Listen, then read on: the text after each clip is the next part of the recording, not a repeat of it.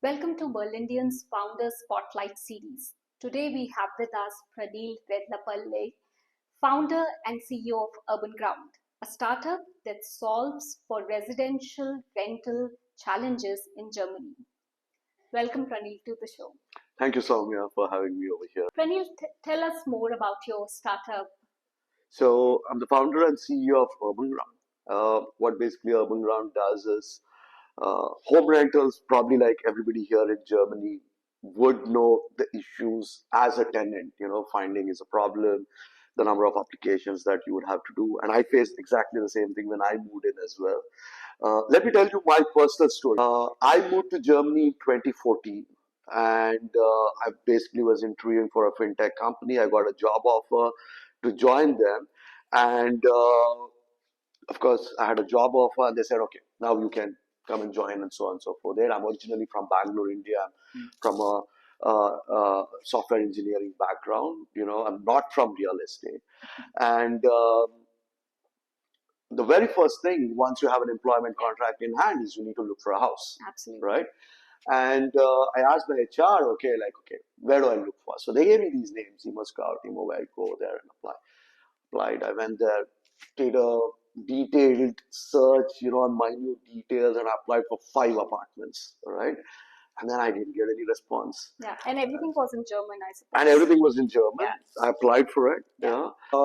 A week passed by, and I didn't get any response. Yeah. And I went back to my HR saying that, hey, have I applied for the right? Is this the right place to apply for an apartment? Yes, But then I applied for 5 apartments. I never got any response. And she was like, 5? You need to apply 100 of them. Like, why? I just need 1 apartment. And that's when I realized how hard it is to find an apartment here in Germany. And this was in Hamburg. So, one, there's a huge amount of demand supply gap, the number of apartments to the number of applicants. 2, it's challenging when you don't speak the language as well in order to apply for it. So I thought I'll solve this problem. So that was the whole idea of Urban Ground. Initially, the idea was to solve on the tenant side, to say that, okay, you know what, as an owner, instead of getting 100 applicants, I'm going to give you 3 applicants. Yeah. Didn't work. Then I iterated through it and then, realized owners also have a lot of problems. Yeah. So had to build a product, which solves both for the owner and the tenant. So currently, the product that we have in Urban Ground is basically a product which is about, on the owner side, we make it like extremely easy for them, they come to Urban Ground, they rent the apartment to Urban Ground, and we take care of everything. We take out all kinds of risks for them, the market risks, tenant risks, and things like that. Very few we don't take.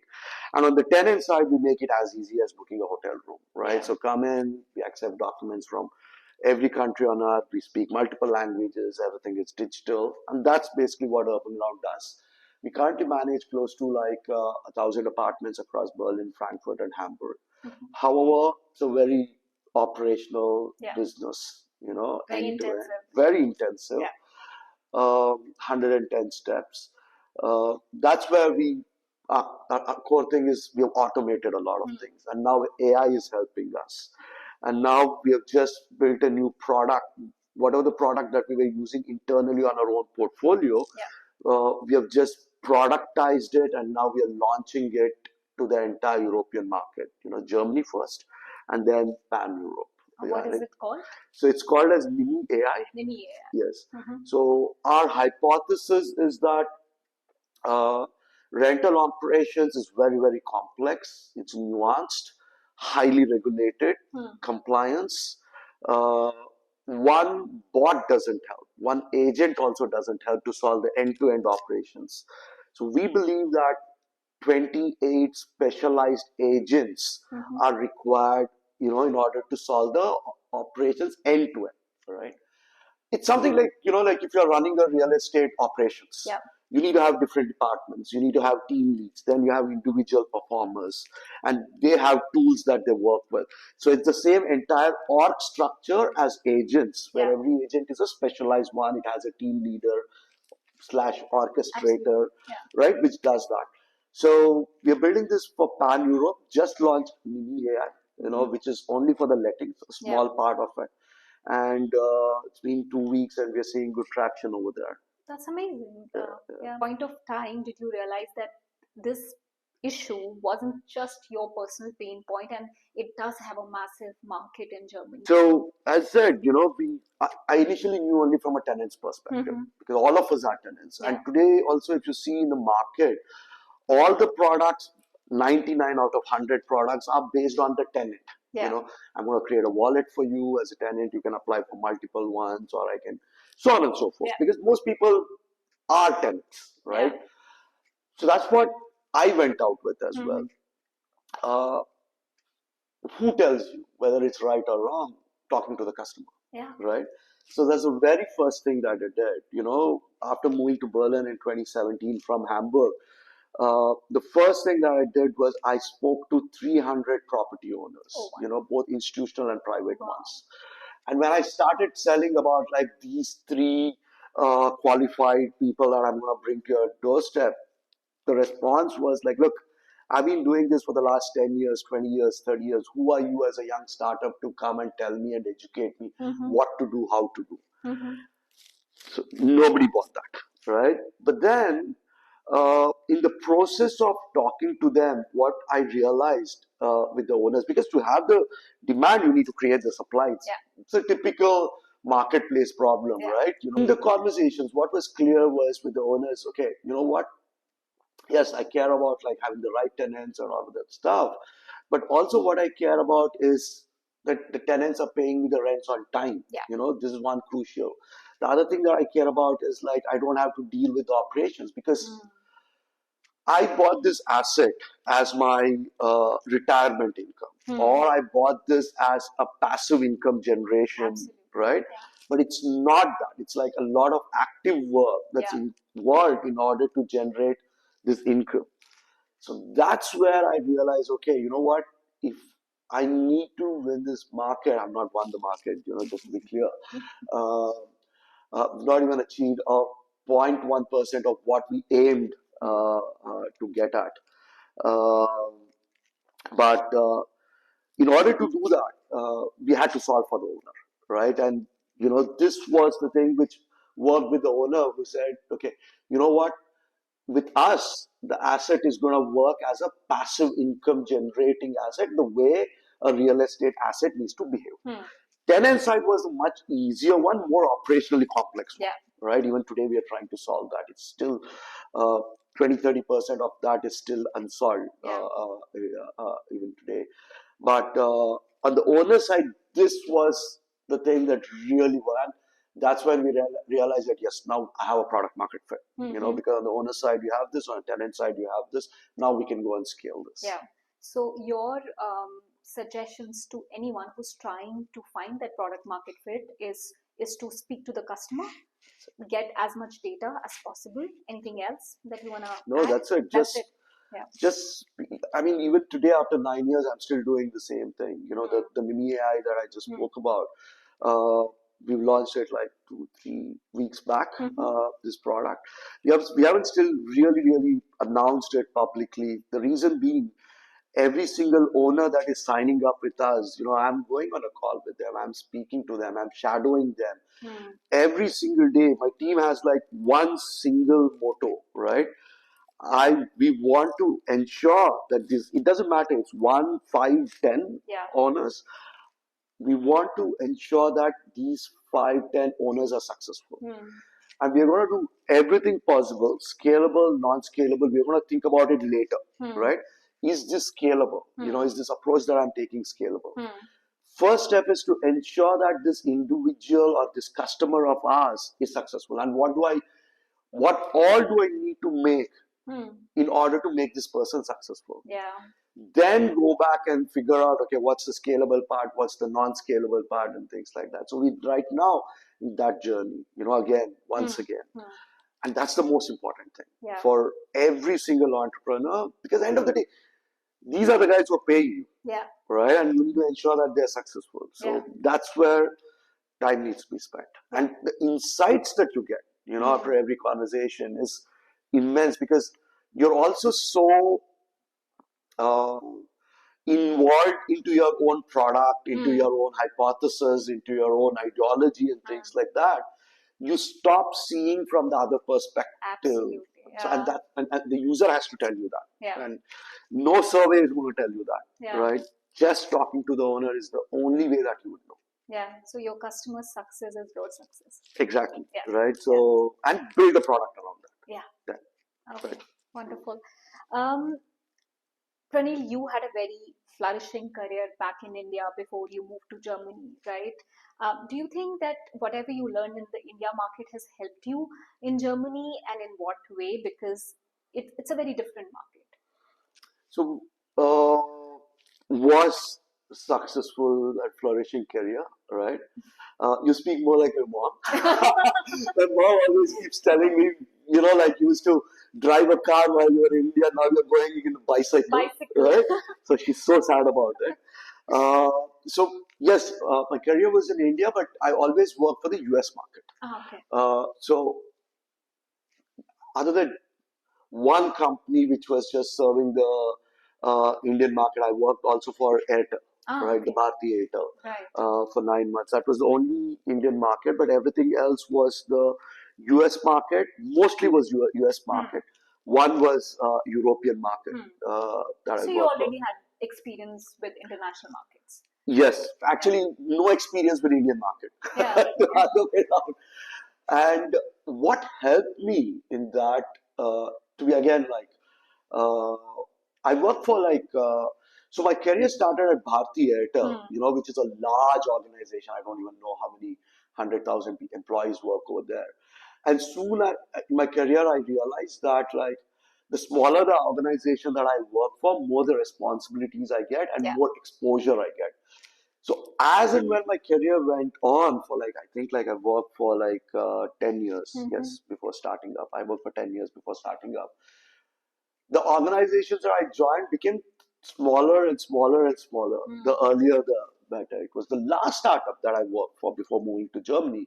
I was one of the first employees in their India team, right? It was a US based startup. Uh, the company was just founded, it was a brand new office. I tell you, a lot of people, it didn't even have a bathroom, in the sense, because it was still under construction. We had to go to the next building. Yeah.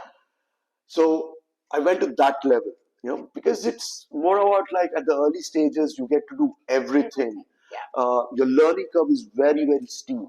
So what did I learn from all of these experiences is basically velocity and skills and learning, that trumps everything else, right? So that was a mindset that I already came into Germany with, which was very, very helpful then and very, very helpful even today.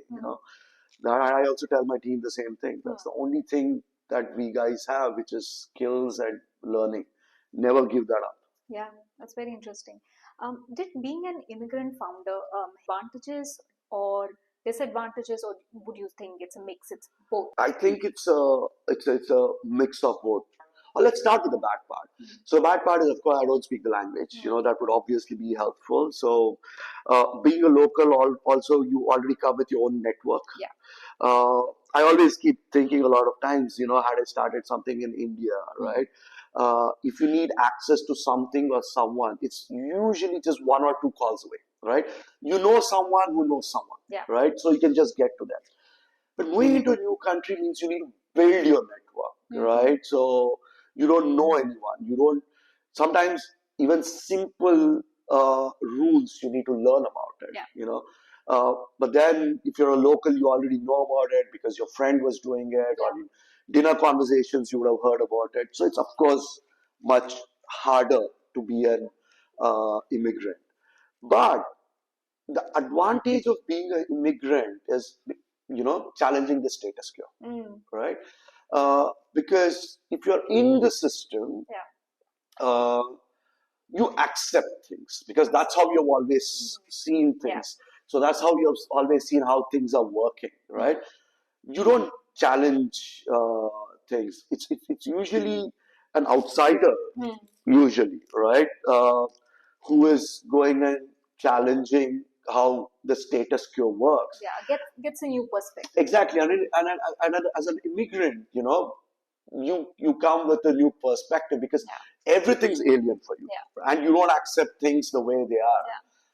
And the other thing about immigrants is you need to work harder, right? So that also means say you need to have more resilience towards things, which end of the day also adds in your favor.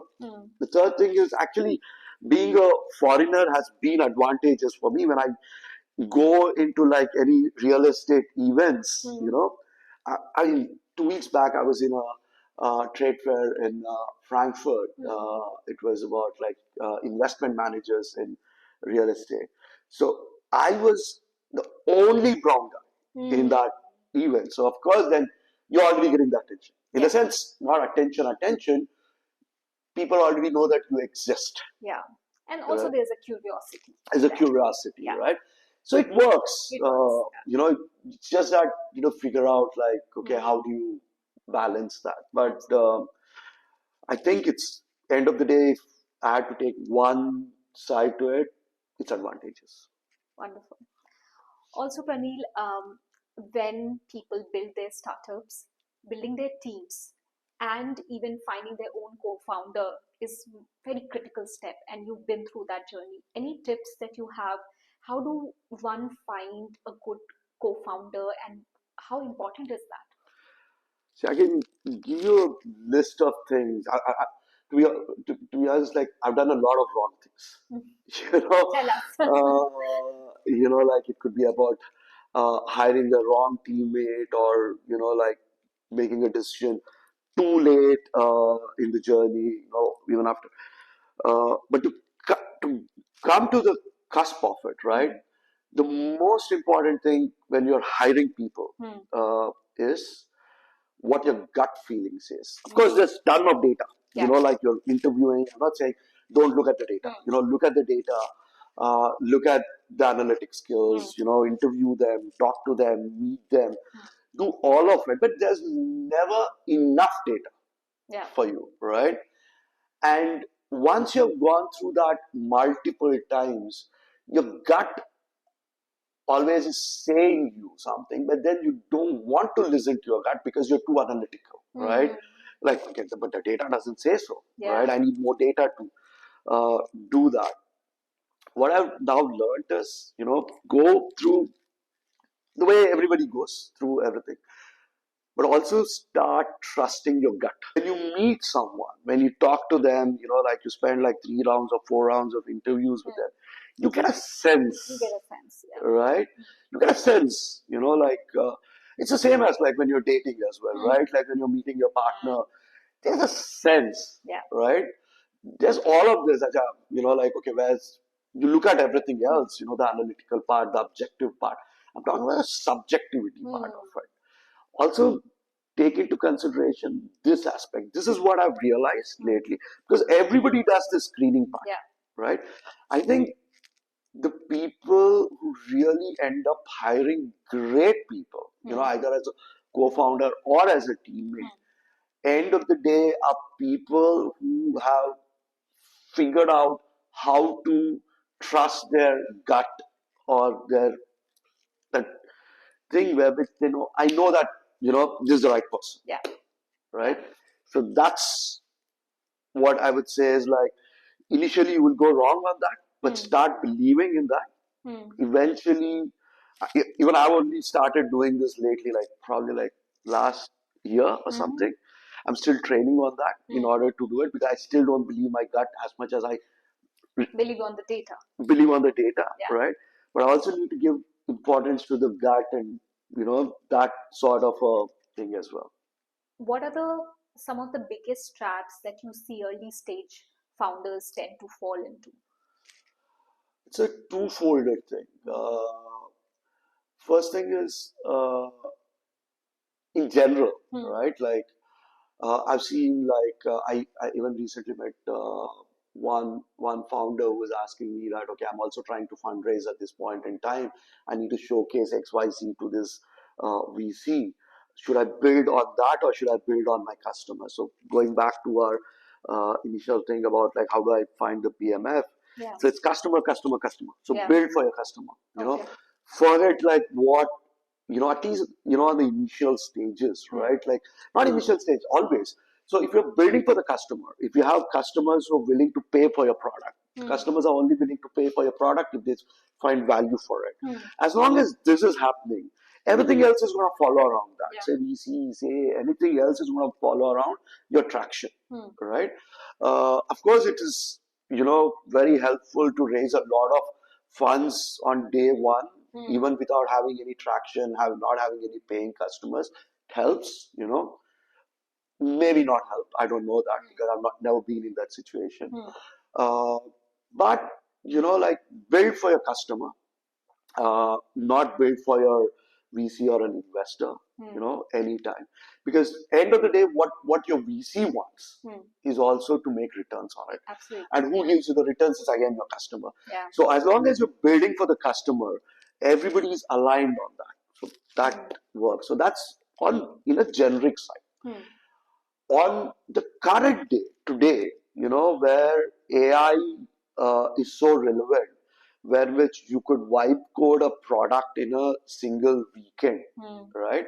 So I could go to a Replit or not Replit, Lovable or Base 64 or ton of apps, right? I could build out something over a weekend. Building the 60% is very easy, as a hobby project.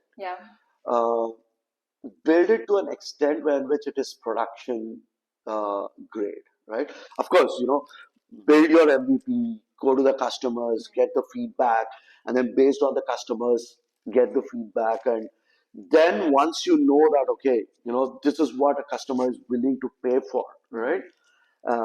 Then, go and raise your money, right? Don't fall into the trap of like, okay, I have my lovable app over a weekend and now I'm going to go and raise the money. So that's not going to happen. Personally, you've raised multiple times funds, and so what have you learned about, you know, um, choosing the right investors versus just raising the most money? The good investors that I've had, or probably it is true for everyone else as well, has conviction about you, the founding team, and basically the founding team, right? Because products evolve, you pivot, markets evolve, uh, everything is dynamic. Uh, the only thing that's constant is the founder or the founding team, which is the constant part. So basically, you need to get those investors who believe in you, in the founder or in the founding team, right? Initially, because initially your product doesn't have traction, right? So it's the founder it's the horse that it's basically the jockey that they're putting the money on, right? So uh, that's the most important thing. Ensure that you're fully aligned because over a long journey, you have so many things that don't work, right? So many bets that don't work. There are more hard times than good times. And you want your investors to be with you during this phase and still believe in you. And it's also on you as well to keep up that trust and ensure that they're also fully aware of the things that are happening around. But that's the most important thing. Find the investors that believe in you because you will have more bad times than good times. And good times. And you need someone during your bad times. What's again your advice to people who are looking at Germany as a place to build? It's been a decade for you living in this country. Has your opinion changed when you came? What do you have to say? Okay, this is a tough question. uh, See, it all basically depends on the product that you're trying to build. So, what's the market for that product? Right? If is this a global product that you're building? So you can build it from anywhere, and then the choice of location is wherever you get the best talent pool for that specific product, right? So it's not just related to Germany. It's not even related to a city. It all depends on the product. Okay. Right? Mine was a product is into real estate for the German market and the European market. So I'm building in Germany, and it's also necessary. Like I'm there in Germany because I understand the product. Yes, it's about where your product fits. Where do you get the best set of people in order to build for this product? Where are your customers sitting? Right? It's purely based on that. Okay. But if it's a European-based product, definitely Germany helps. I've heard even Portugal is also a good place to build. Estonia, registration. There's a lot of conversations around all of these topics. Berlin is definitely a good place to build. A lot of talent availability. There's a very good ecosystem. Here, Munich also is pretty good, from TU München perspective. Very, very good technical startups coming out of there. So in general, it's a very nuanced question, and there's no right place, no wrong place to build it. We're currently seeing startups coming out of Black Forest, for instance. If your product is something in which every engineer is sitting remote, then it doesn't matter. Right? So it all depends. But if you want people to come to your office and then you want to work sitting in an office, then you need to build where you can find those set of people and then build it out of there. Fair. If anyone listening to this podcast could take one learning from you from this conversation, what would you want an entrepreneur to take from this conversation? Entrepreneurship is super hard. It's extremely hard. I keep saying this. I said that as well. Right? There's more bad times than there are good times. Perseverance is extremely important. You need to keep learning, growing, as and when the market changes, the dynamics changes. Uh, you need to surround yourself with the right set of people. Uh, you, I mean, you challenge the odds of success are extremely low. I mean, there are some stats, right? Like all of us know, like 90% of the startups fail within 2 years, and 5 years X percentage fail, which is actually true. Those odds. So basically, all the odds are stacked against you, right? So it's like peeling the onion, right? So on day one, everything's against you, so you start peeling layer by layer by layer, right? Until you hit the product market fit. Once you hit the product market fit, you have a different set of problems. You start peeling those layers. So the problems never stop, right? So you just decide on which fire to fight, and then you keep fighting that until it's all basically solved. So be ready for a if you would come to become an entrepreneur, looking at like somebody Anthropic raised like at a 900 billion valuation, right? Which is all actually quite good. It inspires a lot of us. That's how I came in as well. Which is very, very inspiring to know, right? Okay, XYZ can happen. You can have like stellar outcomes, but those are again stellar outcomes. Most of the startups don't see those outcomes. So the longer you wait, the longer you survive, you increase your odds of success, right? And to stay that long, you need perseverance. And for me personally, it's been a long journey. It's been like 9 years. And I believe that my time has now come after 9 long years, because I believe like everybody has to pay their debt, towards success, because when we see successful people, we only see the tip of the iceberg. We don't see what's underneath that. We only see the overnight success part. but underneath that, there's deep sacrifices. There's a lot of self-doubtness, self-belief, which was lacking, confidence that was lacking, Yeah. too many missed private engagements, missed time with family, so on and so forth. The list just goes on. Uh, so if you want to get into this journey, be prepared that it's going to be really, really tough. And when somebody comes and asks me, you think that I should go do entrepreneurship, I tell them no.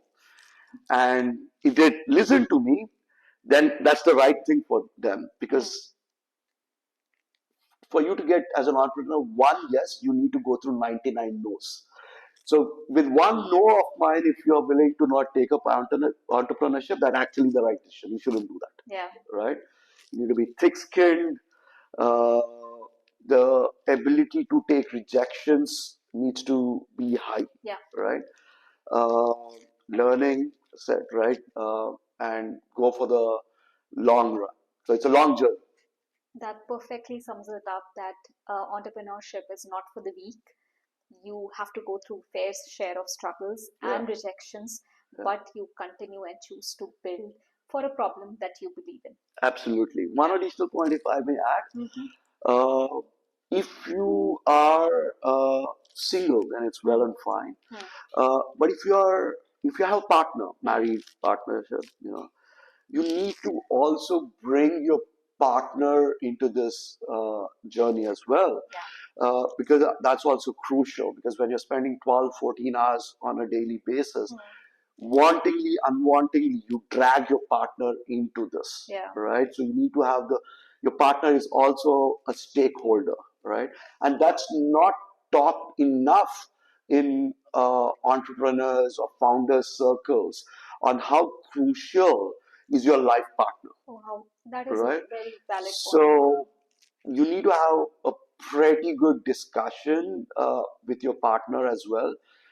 That this is going to be tough, right? And you need to have a buy-in from them as well. I had a buy-in of 2 years from my wife. It's been 9 years now. She's still tolerating me. So again, as part of this podcast, I would also like to thank her support, because that's a big part of the journey. Yeah, so that's crucial for any founder. Absolutely, that's a very fair point, Praneel. Thank you so much for giving us your time and sharing such deep, insightful knowledge with us. Thank you. Thanks for your time, and thanks for uh, having me over here. So it was my pleasure talking. Likewise. Thank you. All right.